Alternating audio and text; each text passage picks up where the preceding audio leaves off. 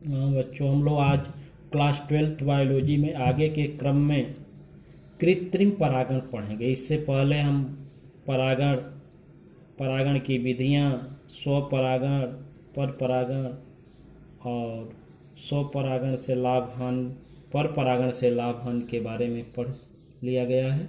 अब हम लोग कृत्रिम परागण, एक टॉपिक है आर्टिफिशियल पॉलिनेशन। कृत्रिम परागण ये क्या है? कृत्रिम परागण, इसको मैन मेड पॉलिनेशन भी कहते हैं, मानव निर्मित परागण। कृत्रिम परागण क्या? मैन मेड पॉलिनेशन, मानव निर्मित परागण। अब इस परिभाषा इसकी दी जा सकती है, डेफिनेशन, परिभाषा, गुड स्पीसीज पॉलन ग्रेन या गुड वेराइटी पॉलन ग्रेन, अच्छे नस्ल के परागकण, अच्छे नस्ल के परागकणों को मनुष्य अपनी इच्छा अनुसार स्वेच्छा से द प्लांट, दूसरे पौधे के स्टिग्मा, वर्तिकाग्र पर, वर्तिकाग्र मादा जननांग जायांग का ऊपर का चपटा भाग है जो परागण की क्रिया में भाग लेता है, तो उस पर पहुंचाने की क्रिया ही कृत्रिम परागण है। मनुष्य अपनी इच्छा अनुसार अच्छे नस्लों के परागकणों को किसी दूसरे पौधे के वर्तिकाग्र तक पहुंचा देता है। इस क्रिया को कृत्रिम परागण कहते हैं। अब कृत्रिम परागण की विधियां, मेथड्स ऑफ आर्टिफिशियल पॉलिनेशन, कृत्रिम परागण की विधियां। बच्चों, कृत्रिम परागण की जो है, जिसमें मनुष्य अपनी इच्छा अनुसार परागकणों को दूसरे पुष्पों के वर्तिकाग्र तक पहुंचाता है, ये दो रूपों में पाए जाए, दो विधियां हैं। पहला है इमैस्कुलेशन, विपुंसन। इमैस्कुलेशन क्या है? विपुंसन, ऑन प्लांट, पौधे पर ही, ठीक है ना। बाइसेक्सुअल फ्लावर, द्विलिंगी पौधे होते हैं। बाइसेक्सुअल फ्लावर मीन्स द्विलिंगी पौधे पर, जिसमें नर जननांग और मादा जननांग अर्थात पुमंग और जायांग दोनों स्थित होते हैं, ठीक है ना। उस पुष्प को बाइसेक्सुअल फ्लावर, द्विलिंगी पुष्प कहते हैं। तो उस द्विलिंगी पुष्प को पौधे पर ही उसके जो पुमंग, नर जननांग के पुंकेसर्स होते हैं, स्टेमेंस होते हैं, उनको काट कर निकाल देते हैं। क्या करते हैं?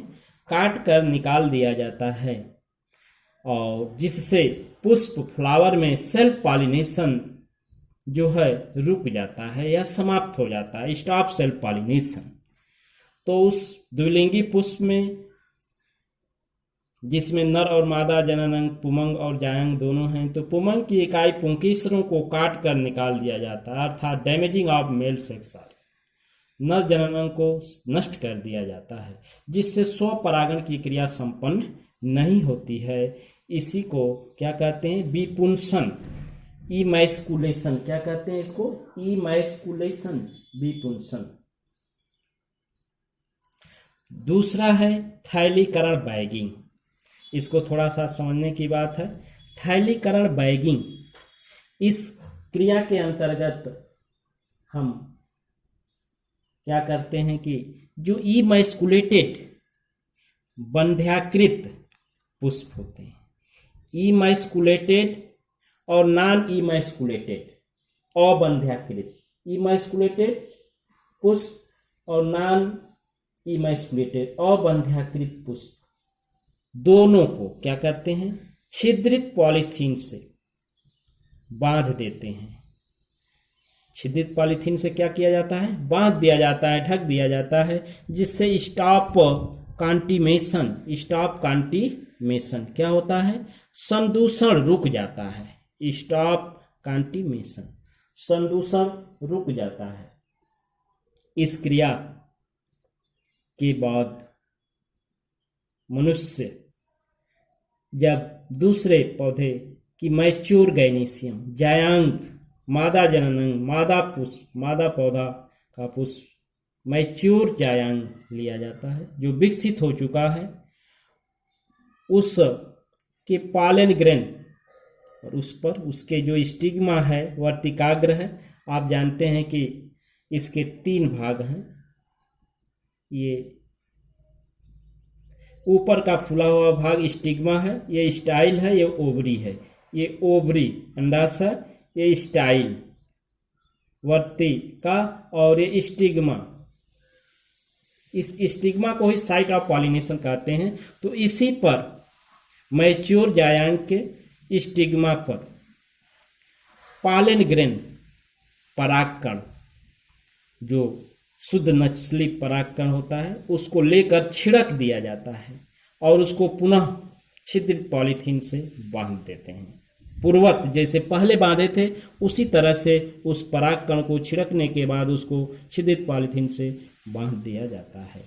आफ्टर सम डेज, तो हम देखते हैं कि कुछ दिनों बाद गैनीशियम का जो ओवरी होता है, जायांग का जो अंडाशय होता है, वो फ्रूट फॉर्म कर लेता है, वो फल में परिवर्तित हो जाता है।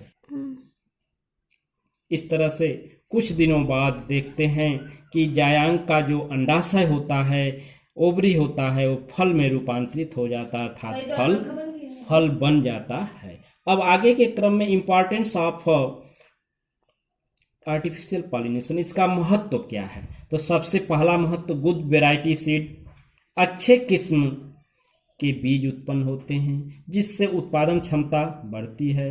इंक्रीज प्रोडक्शन, उत्पादन क्या होता है? बढ़ता है, जिससे खाद्य समस्या समाप्त होती है। दूसरा, स्टेबिलिटी फॉर डिजीजेज, ये रोग प्रतिरोधक क्षमता होती है। ऐसे बीजों को बोने पर उसमें बहुत से कम रोग लगते हैं। बैक्टीरियल, फंगल, वायरस, जो भी रोग होते हैं उनसे लड़ने की क्षमता इस तरह के पौधे में पाई जाती है। दूसरा, कृत्रिम परागण हरित कृषि के क्षेत्र में हरित क्रांति में ग्रीन रिवॉल्यूशन भाग लेता है।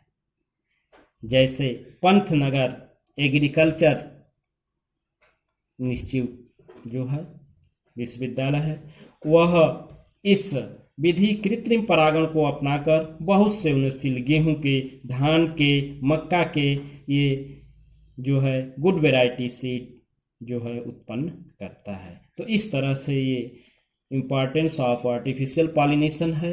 आगे के क्रम में कल हम लोग पढ़ेंगे फर्टिलाइजेशन, निषेचन। धन्यवाद।